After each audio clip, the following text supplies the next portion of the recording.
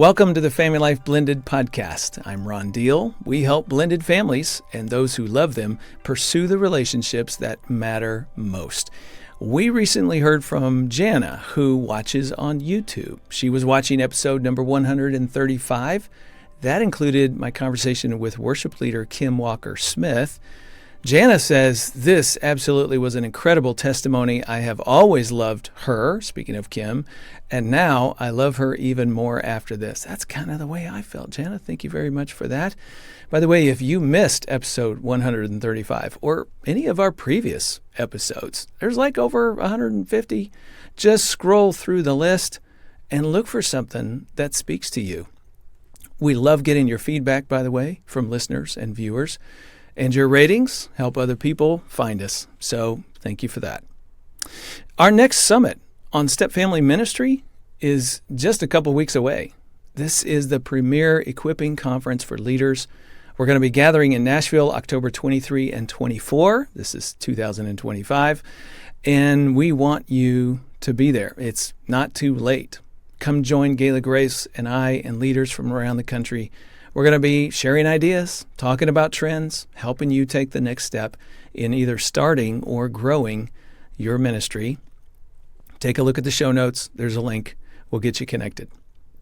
You know, speaking of ministry, if you're looking for an educational group or you have one that you want to post so other people can find you, we've got a link in the show notes to our searchable map where you can find small groups, my speaking schedule, and you can get tied into all of Family Life's marriage and parenting groups as well. I got to tell you, folks, I think this is one of the most underutilized features that we have at Family Life. It's online and it's free to post your church event for blended families. You can let other people know about it. And it's also free to browse. So check it out. You got nothing to lose. Okay, we've got Diane Fromme back. She's on the podcast with me to talk about her excellent book, Stepparenting the Grieving Child. Not all step-parenting situations are the same, which is why I gladly endorsed Diane's book when it came out a few years ago.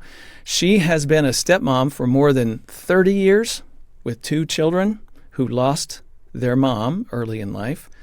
And she's also a biological mom to an ours child. Diane, welcome back. Thanks for joining me. Thank you so much, Ron. It's great to see you again. It is good to see you as well. Okay, all children in blended families are grieving something. We know that, right? Today, I just want our listener and our viewers to know, we're going to be talking specifically about when a parent's death preceded the blended family, but I also want everyone to keep listening, even if that's not your situation, because you're going to learn something about children and grief that will apply to your family situation. I'm quite certain of that. And it might just help you help another family or a friend. So stay tuning in.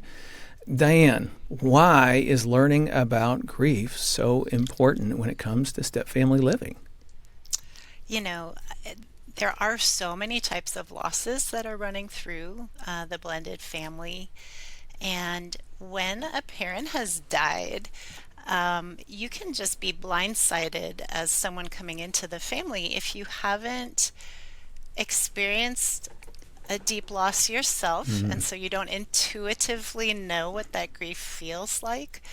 And so to become educated about just even a couple basic points like grief doesn't end. Yeah. You change with it, but it doesn't end. It's not going to go away. The kids are not going to get over losing a parent. Just some fundamentals, I think, help bring the entire family closer to empathy. Yeah. And if, like you said, and if you haven't lived it, it's not intuitive. No. You're not kind of, keeping an eye on yourself as you walk through time, noticing how grief pops up over and over and over and over again. And so it might just be a little harder for you to realize how that's working on them.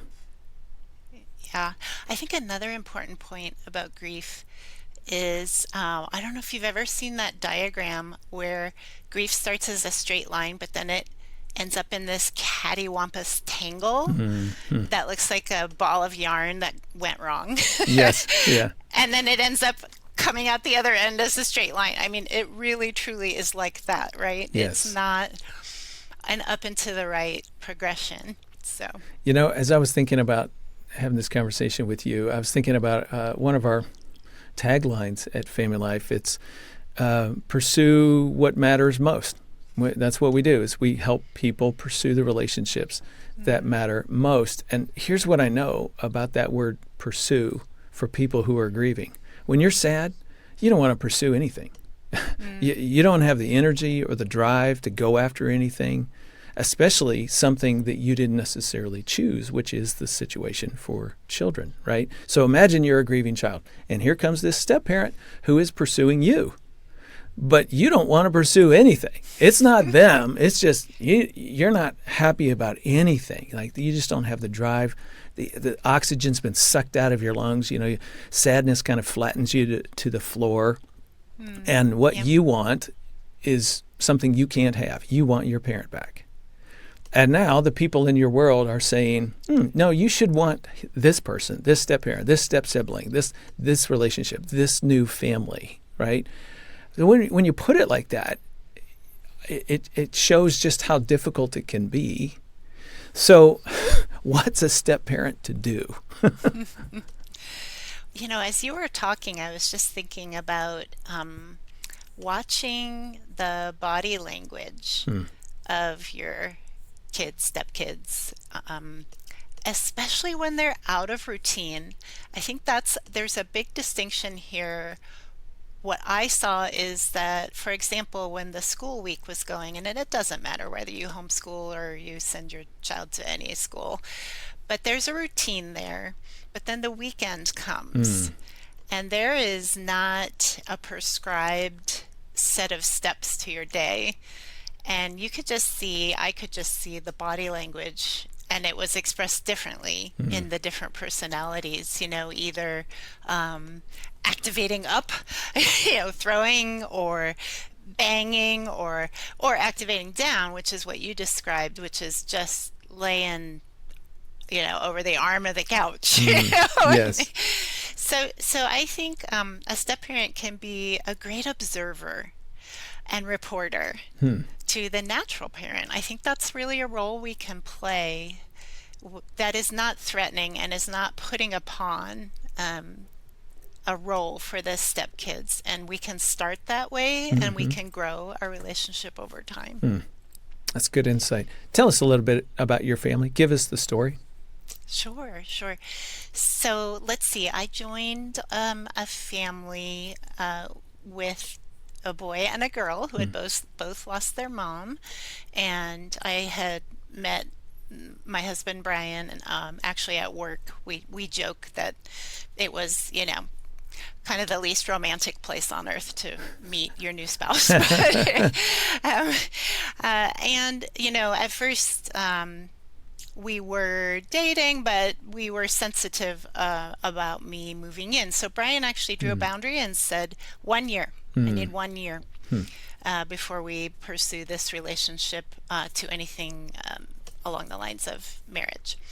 And so he went through that year, and I did, we visited, we dated, but we didn't do a lot of family activities. And I did get to know the kids, and they seemed to like me. And this is so interesting because you've heard this story before. But on the actual wedding day, once that happened, there were definite behaviors that happened with the kids where it was very clear that the ceremony made the reality of, wait a minute, maybe my mom's not coming back, a very real thing. So so now let's see, that's been 33 years ish. Right. Yeah. Okay. So it's been quite a bit of time. And you and the Brian kids then are went on grown. and had a child of your own, right? Yeah. Yes. So Okay. about 5 years after we got married, we had a bio child. Yeah. So take me into that moment where during the wedding, there's something that shifts in the kids. And that's Brittany and Ian, right? Do I have their names Yes. correct?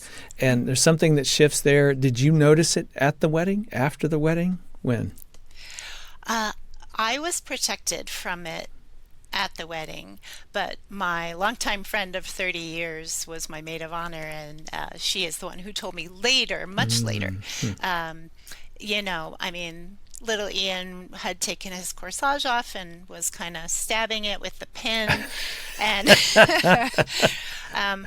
Brittany was, sweet Brittany, she was awesome, but we had a power struggle over her hairstyle. We had come back from a beach vacation, which was our honeymoon with them. Okay. That we took before we actually got married. And she wanted to keep her hair in braids, and I said no. So, just right from the start, there was a little power struggle there. Yeah. So Wow. Okay, so you begin to notice that, and your friend tells you about it. And by the way, better the corsage getting stabbed than you, but, count your blessings. Yes, All right. totally. Yes. And I never knew about it for years. She Wow. protected me from that for years. Wow. Okay, so power struggle, adjustments when life begins for the family. I'm sure there were lots of those for you and for them. How did you not let that feel like rejection, or did you sort of feel like rejection? Yeah, so I would say, keep in mind that when we got married, I had not done my due diligence. I Yeah. had not educated myself, not about grief, not about step families. Honestly, I thought, I'm a good person. I've been a camp counselor. I love kids. This is going to work. I'm holding up your book, Diane, and I'm just thinking, you had not written this book. Of course, life hadn't taught you yet. And you hadn't figured out that you needed to learn some. Okay, good. Keep going with the story. Yes, It makes a lot of sense. So at first, I did take a lot of things personally, and I didn't know where they were coming from. Little things like, remember, these were little kids. I mean, when we got married, the kids were 6 and almost 8. Okay. So, Ian would come down the hall in his toy armor and a sword, and he would brandish the sword and say, "You will not stay here tonight." Oh, wow. And I was like, "Oh, okay." So, so it took a lot of talking with Brian, and boy, this is where the natural parent really comes in strong. They have a lot of weight on their shoulders to carry Right. because they really have to be in a support role for all of us in the family. But I would just talk it out with Brian. But then things kept happening. And eventually, Ron, you're holding up that book. I began looking for that book. I was like, where is that book? And I went to this great bookstore, which unfortunately is closed now, in Denver, Colorado, called The Tattered Cover. And I just pulled out all these books off the shelf, and guess what the first one was? The Smart Step Family. Oh, no kidding. By Wow. Ron Deal. Wow. Yeah, and I was flipping through all of them, and I finally found a chapter in your book about what happens when a parent passes. And I think that was the beginning of my journey to say, could this be more than a chapter? And you were right. It's Right. definitely more than a chapter. Right. We got a couple chapters there. But it was at that point where the light went on, and it was at least 5 years into the relationship. So. Okay, well, speaking of books, in your book, you point out 4 ways step-parenting bereaved children is different than children of divorce. And I'm going to read these little 4, and you don't have to comment on all of them, but just I'm wondering whatever sparks in your mind, comment on that. Number 1, you said, well, it's similar to kids of divorce needing to be with both parents.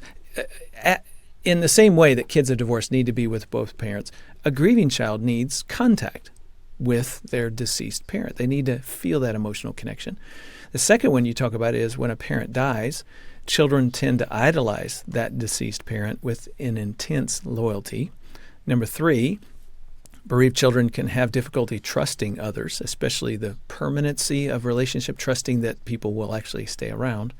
And then number 4, it's easy for the step-parent to want to step into whatever gender gap was created by the loss of the mom or the dad. Which of those jumps out at you today? Like with 33 years of life, behind you, which one jumps out as it was super relevant for your story? And just comment on what you think. What do you hear the most from the people that you talk and consult with?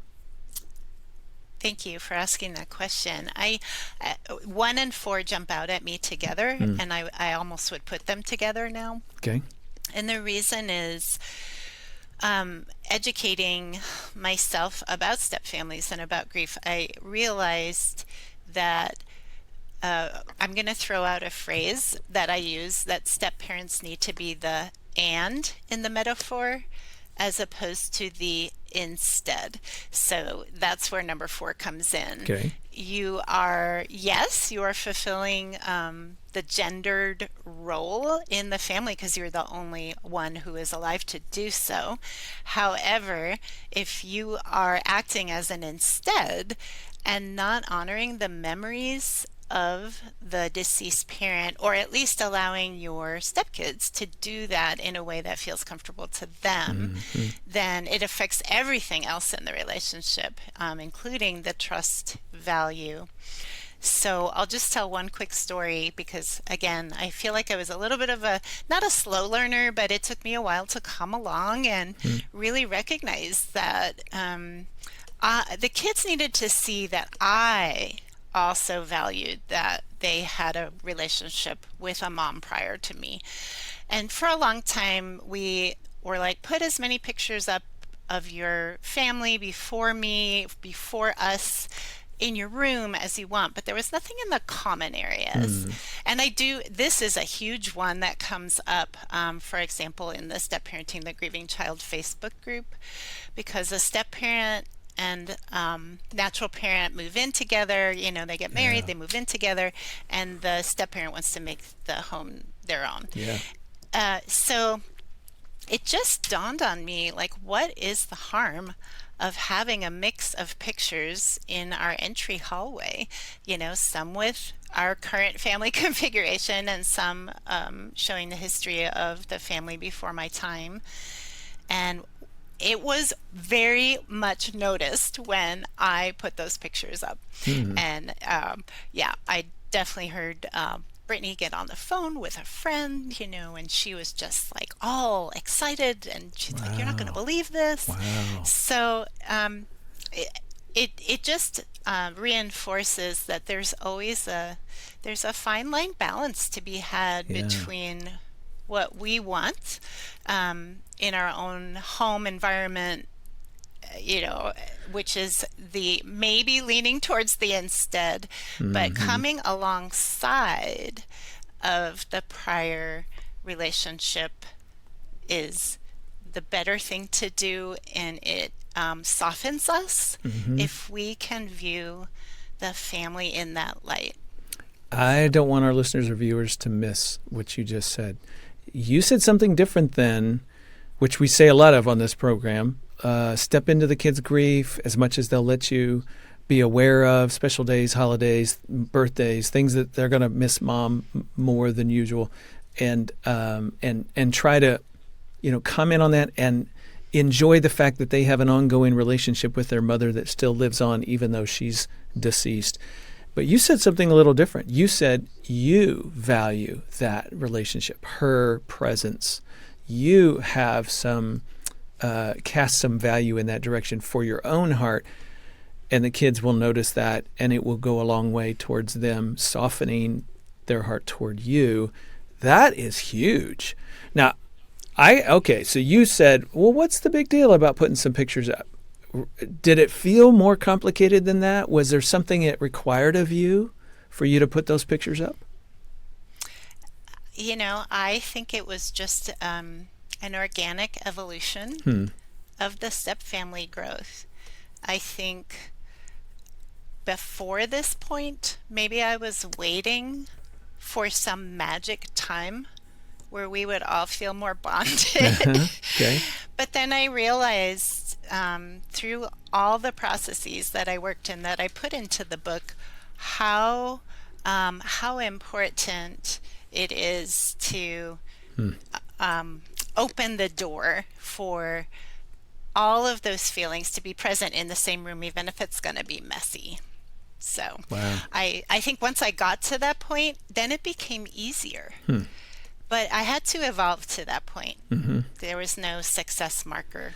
All right, I can hear somebody pushing back. Whoa, whoa, whoa, whoa. This is my house. These are my kids. This is my rules. I don't want that woman or that man, the deceased parent. I don't want them having a picture in the entryway to our home. What would you say?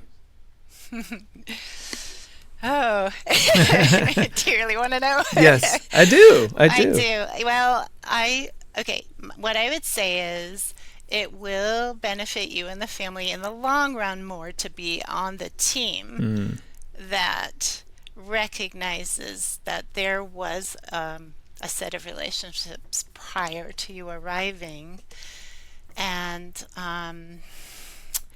that this is your home. yeah. Your home is yours, but you can still have it be yours Hmm. and still have the presence of the person that the kids need to connect with in your home. Yeah, and it's so good to look down the road and go, this is going to be helpful for us. But I really want to talk to somebody who's wrestling, who's saying, Yeah. no, this pushes me out.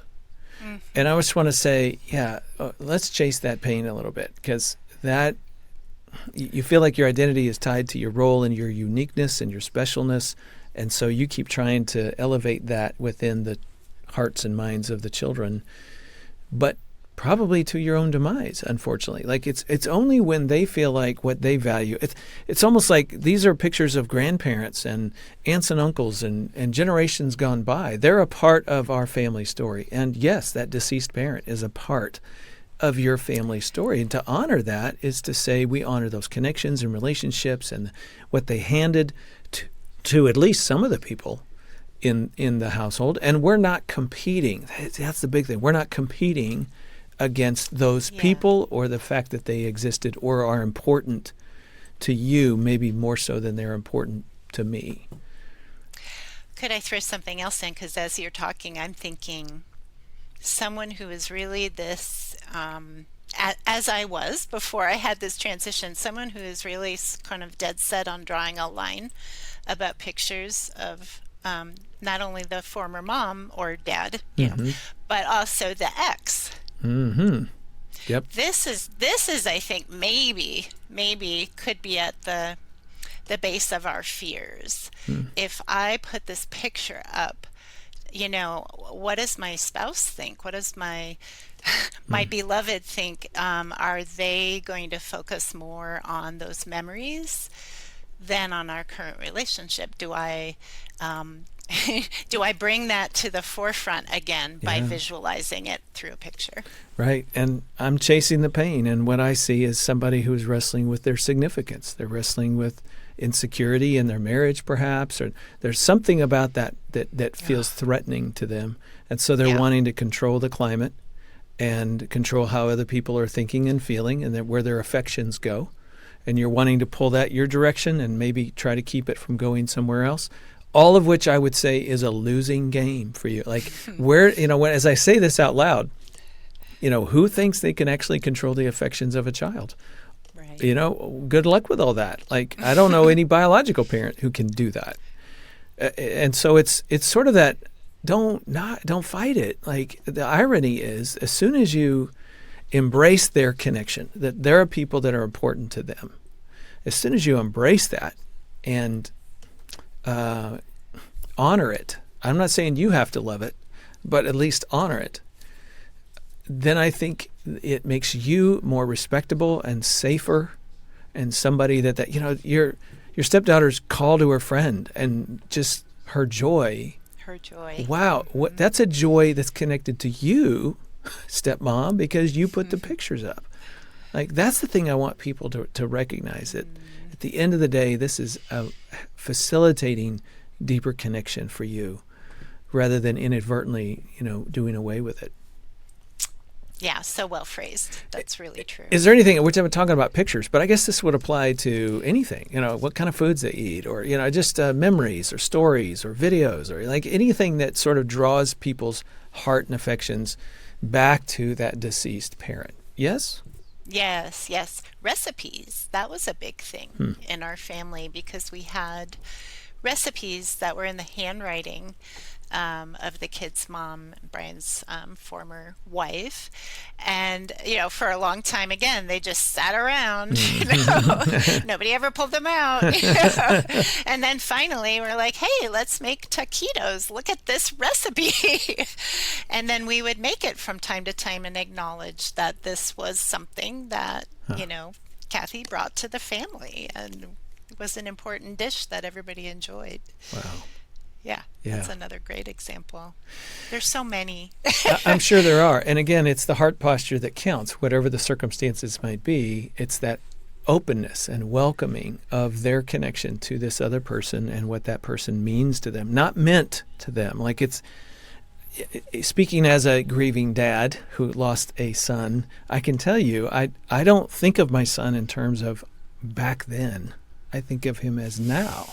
Mm-hmm. Yes. That it is an ongoing relationship.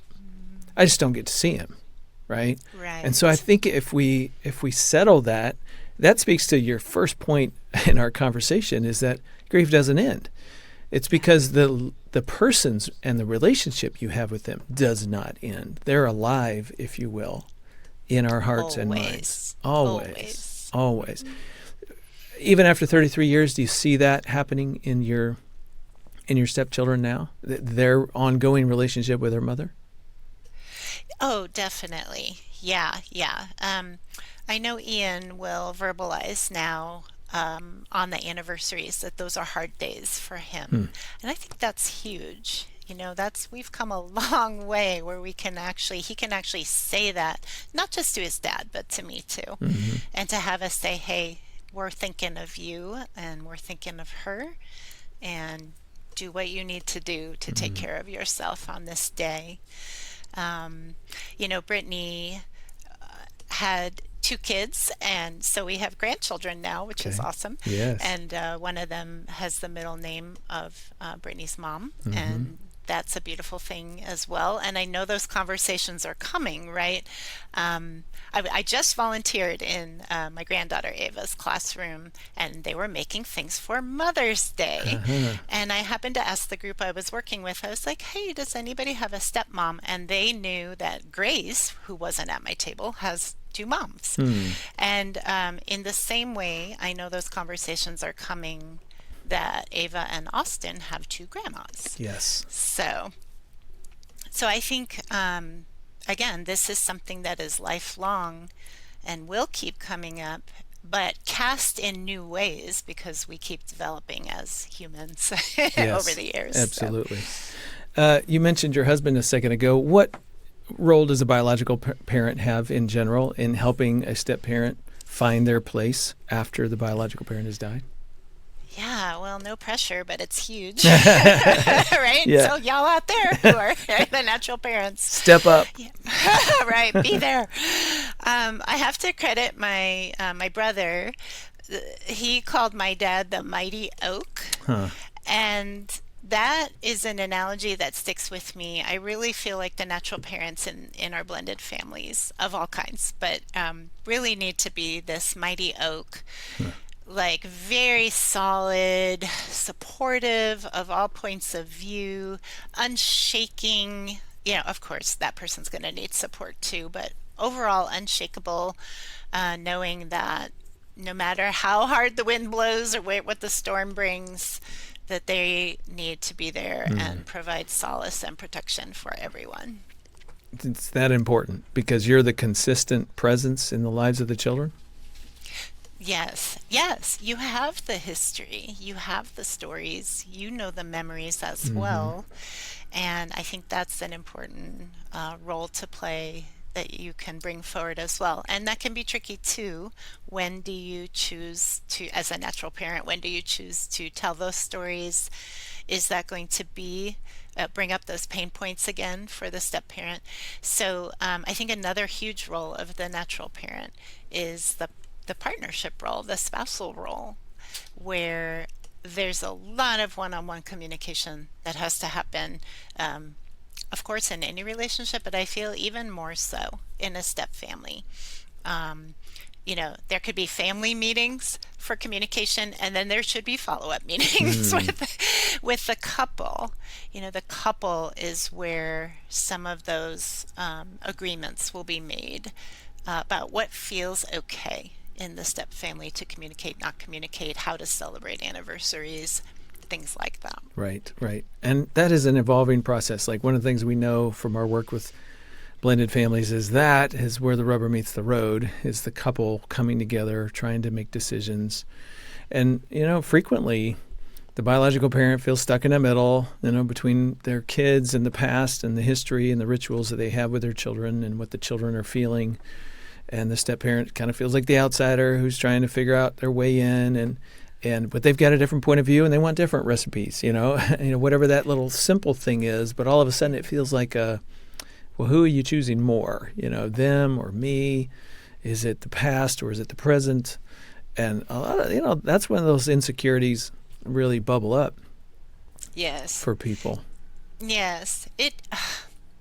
I'm really glad you keep using that word, Ron. I mean, insecurity is, you can be a really confident person and feel really insecure in this situation. Mm-hmm. And we just have to call that to the mat and say that is a 100% true fact of step family life. And I think that's where building your own support network as a step parent, not only of other step parents, but I would recommend also your friends who are only Yes. biological parents, because sometimes the things that we're feeling are just parent-child things. Right. Not So, everything is about being a step. No. Yes. No, not at all. Not at all. But even still, those insecurities rise up. And in particular, if the step parent had a previous relationship that ended by death, by divorce, and they too have some sadness that they're carrying, some hurt, some wounds, those really get triggered quickly, when the insecurity of the present capitalizes on that wound, and all of a sudden you feel like, oh no, here we go again. And those are really difficult times. And I'll mention the book The Mindful Marriage that we came out with earlier this year. It is a deep dive into what do you do with that insecurity, because you are always the only person who can really manage it for yourself. We often try to get other people to do or to be or to think or to feel in such a way that all of a sudden my insecurity will go away. That's a nice Hollywood movie. It just doesn't actually happen that way. So, this brings me to a holiday question, Mother's Day. What kind of thoughts do you share with step parents when it comes to Mother's Day, Father's Day, the deceased parent's birthday, where it's obvious everybody, the children, there is a mindfulness about that parent who's missing? What should the step parent do?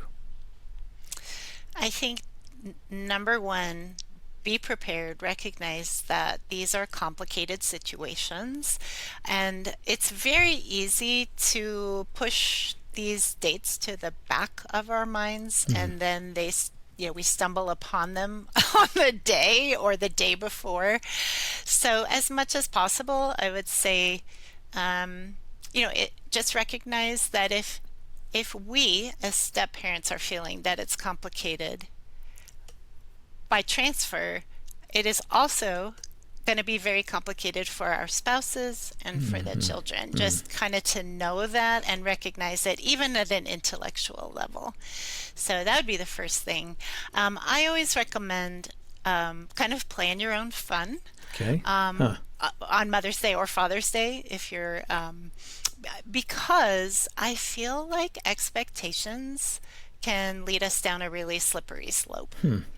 So you can even have the smallest of expectations and say, well, this time I'm pretty sure they'll get me a card, or, this is for Mother's Day and Father's Day, of course.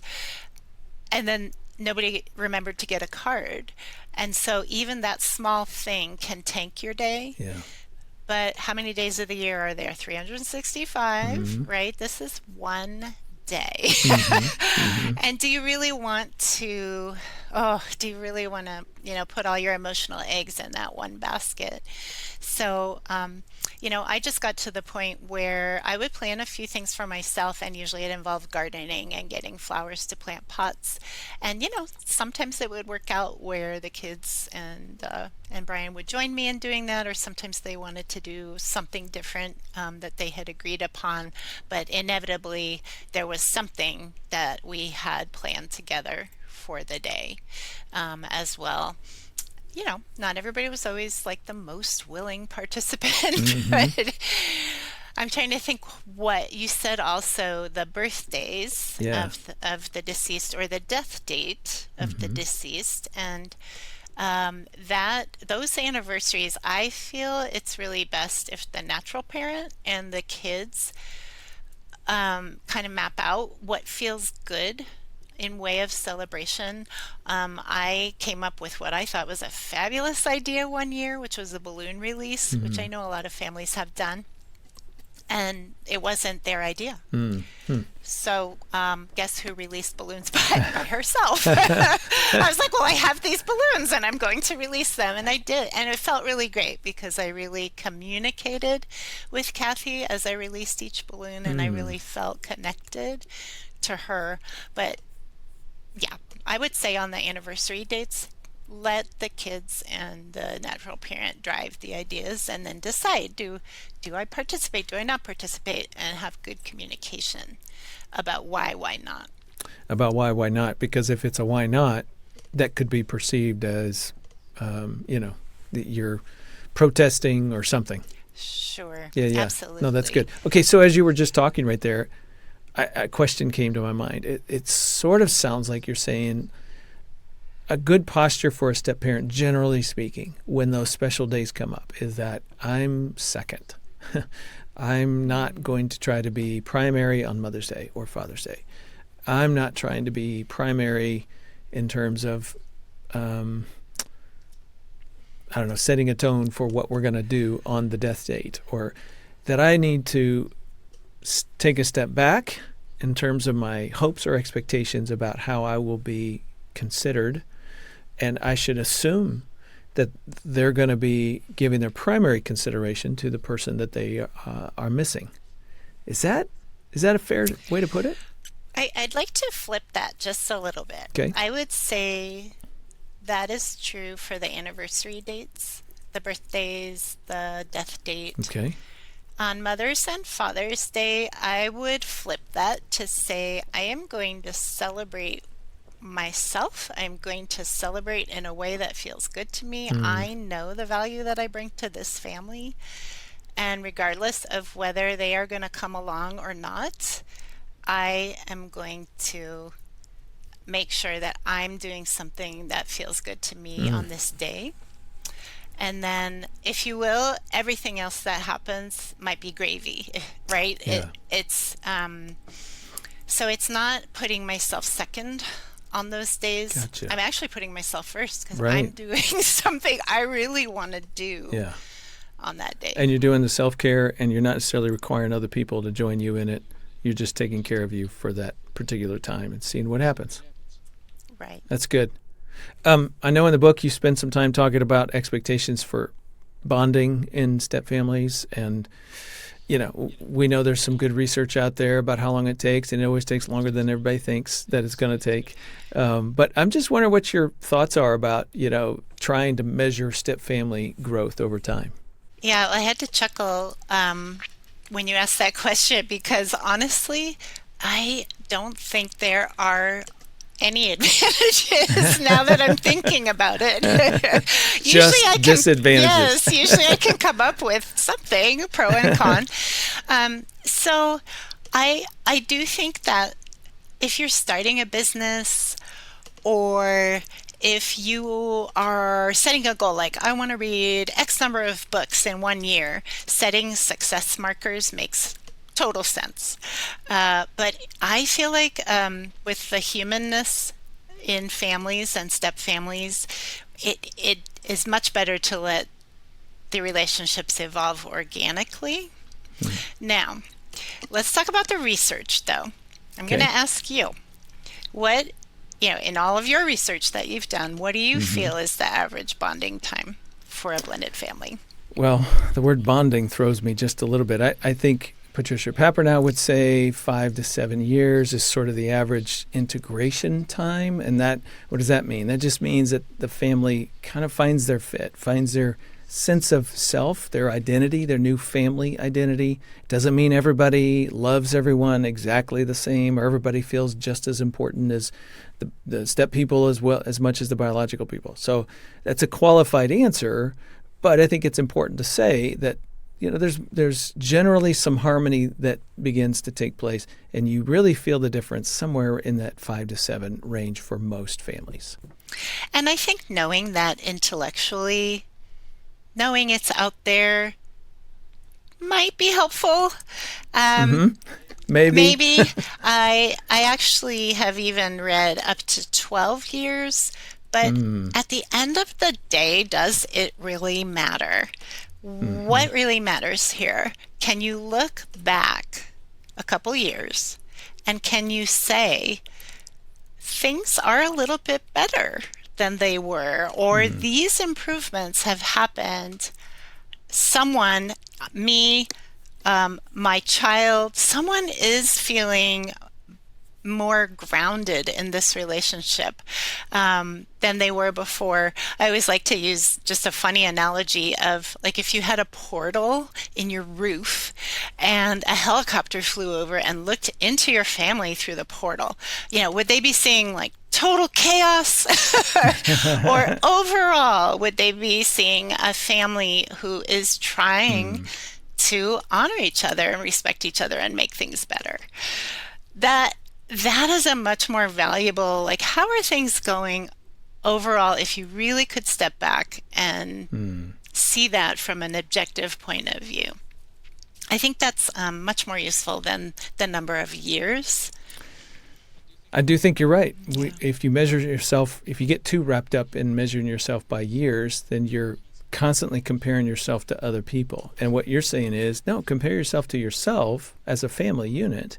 Are we making progress? Are we moving forward? Yes, exactly. There's a phrase that I love, and I use it for a lot of different reasons, but comparison is the thief of joy. And I just love that. It is 100% true, no matter how you apply it. So yeah, focus on even if it's little joys, focus on the little joys. And those are successes. And that is, quote, improvement, if you will. Yeah, that's good. We're thinking about how the family grows and changes and progresses with time. Let's loop back around and talk about grief and how it changes and ebbs and flows over time. You told a story in your book about how Ian, your youngest stepchild, called your mom for 8 years and then decided at age 16 that he wasn't going to call you mom anymore. Like, is that got a grief tale wrapped around it? Yes, I think so. So if you're looking, I mean, we're all developing every year, but kids' development rates are just screaming, right? We have to keep that in perspective when we're raising our stepkids. So a year in your stepchild's life, could be like, I don't know how many years in an adult development life. So as a teenager, at 100%, a child is going to process that loss of their parent differently than they did, as an elementary school student. And I think what had happened for Ian was he had gotten into some pretty deep conversations with his mom's family, trying to get to know them a little bit more. And they were kind of telling him what was important, and I think he was trying to sort that all out in his head. Plus put that, okay, now take away the step family, right? Any teenager is trying to individuate. So he was just putting that stake in the ground, and he just chose that as the manifestation of all the things coming together in his heart and his brain at that age. Right? And did it hurt you? Did you have that perspective? What you just said right there, did you have that to comfort you when that change took place? I did somewhat. Yes, I sort of feel like I have that, the before the education and the after the education Yeah, yeah, it makes a perspective. It difference. makes a huge Good. difference. So my self-talk about that, yes, Hmm. of course I was hurt. I mean, 8 years, it's a long time. But my self-talk after becoming educated about grief and loss and step-family development was, this is probably just a phase. And even if it's not, what matters most? Does it matter that he Hmm. cares about me, or does it matter what he calls me? So it took a lot of self-talk, honestly, to get to a good place with that. And that was a long phase as well. But in the end, now I can report we have a wonderful relationship. So, Hmm. I, I'm curious about that. Say a little more. So he stopped calling you mom. Did your relationship change substantially, or was it basically just a label shift? mm, it changed a little bit for me because in the hurt space, I had to practice something I also mentioned in the book. I call it compassionate detachment. And I think Mm. this was originally labeled by Sue Thiele, just to give her Hmm. credit where credit is due. So, this is a place of stepping away without running away. Oh, okay. So, I had to step back to protect my own emotions, but not in a way where I physically left the family. Hmm. If Ian had needed me for something important, I would have been there for him. It's not like I would be like, oh, well, you won't call me mom anymore. So, it was not Mm. at that level at all.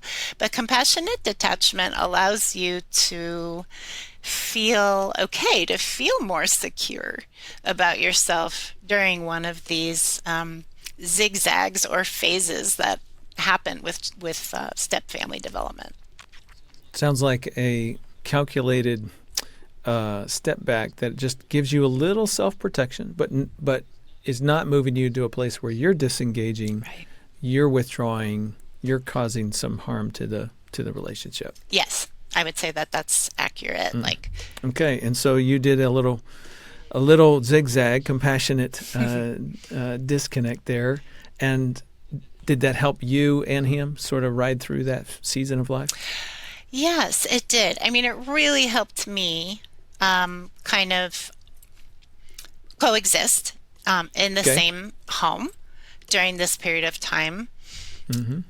I think Ian had more journeying to do, and I can't honestly say how that helped him. I Hmm. think I think he had to take another step or set of steps toward his independence at Okay. that time, because we're talking now ages 15, 16, 17. Mm-hmm.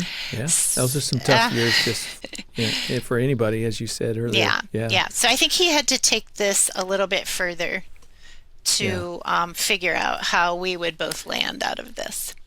Well, I love the compassionate arms around that detachment, because you don't want to just detach. I think that's where you lose your influence. But a connected detachment, if there's a way to say that, is a way of preserving the relationship at whatever level it can be during that difficult season. It seems to me, I don't know if it was this way for Ian, but for most kids, I would think that posture from their step parent, um, it may not have made things better for them, but it certainly didn't make things worse for them, right? If you'd pressed in, if you'd been demanding, if you'd been, now wait a minute, you're still going to call me mom. Mm, If you'd really pushed hard on that, it probably would have made things worse. 100%. Yes, that's Yeah. that's very astute. It did not make things worse by any means, and it Hmm. definitely made things better for me. I like the way you described, it sounded like, yeah, that was a grieving moment for you. Something changed and you weren't necessarily, you didn't want that. You also talk about and suggest to parents that they need to do some reflection on how grief impacts them, because sometimes that gives them some insight into what the grieving that their stepchildren are going through. Yeah, I know that that has helped me immensely in a number of situations, and There's a point, everybody's different. I know for me, there's a point where I have a difficulty feeling empathy unless I bring it into my own example. And just that act usually helps me then turn it back outward in an empathetic expression. So, although my example with grief doesn't 100% help because I'm a huge pre-griever. I don't know if anybody out there is like this, but if I know something's coming, which we often don't, right? It's usually a surprise. But if I do know something's coming, I will grieve it ahead of time, and that it helps me ease into the situation. But when something happens by the way of a short time frame surprise, then for me, I know the artifacts, something with my parents' handwriting, which I had mentioned in the recipe example. I have a lamp. Sorry, Brother John. I have a lamp with my mom's handwriting that says that the lamp is actually for my brother, but I kept it because it has her handwriting on it, and I didn't want to let it go. So, artifacts and photographs and just different kinds of memories that, we have these boxes. Both my parents are deceased, and we have these boxes of things that I will not let my husband pull to the trash yet because I haven't been through them all. And I have to be able to hold on to some of those things. So it is my turn to go through those boxes. But anyway, that type of exercise, what I just described, figuring out what is important to me to settle my grief when I'm feeling it more intensely, that definitely helps me honor and empathize with what my stepkids and my spouse might be going through, especially on anniversary dates, for example. And empathy in the form of care for feeling a little of what they feel. That's the point. Yes. That does move you closer to somebody, and it changes how you respond to them in their sadness, for example. Maybe a little more tolerant of some of their irritabilities, and doesn't mean you have to be, walked on, but just a little more understanding about when those moments come, and also help you anticipate what they might mean for the child and step into those spaces with them. Again, all of which makes you respectable and somebody likable. And yes, and trustworthy. That's and it. I do think this can be a wall for people. It was before I feel like I had my growth points. Because, one might say, well, who's showing me empathy? Right? And there's that whole loop. And that's why, we just come back to, as step parents, we need this type of discussion and support. Yep. Yeah. Exactly right. Well, last question. Are there any big mistakes that step parents of grieving children make that we haven't talked about that you just got to get this out there? Is there anything we've missed that you just through the years have seen and you go, don't do this? Yes. There's something that I feel like that Brian and I weren't particularly good at so I'm flipping your question a little bit, but I would recommend to do as opposed to not to do. Not to do. Okay. Yeah. And that is, don't be afraid to lay some cards on the table when it's appropriate. Lay some emotional cards on the table. And what I mean by that is being able to come and say something difficult, not as a you message, not as an accusatory, but as how you have experienced a certain something that you've heard or something that you've seen. So, for example, if maybe one of my stepkids didn't give me a card for Mother's Day, we never discussed that ever. Right? We never brought that hard stuff to the table as often as I think it would benefit a stepfamily. So, I mean, I definitely could have said to my kids, hey, Mother's Day has passed, but I just noticed that you didn't bring anything home from school, or, we didn't really talk about it in terms of me and you. And I am feeling a little confused by that. And I was just wondering if we could chat about that. So it's not like you didn't do this and I am hurt, right? It's the way it's brought across.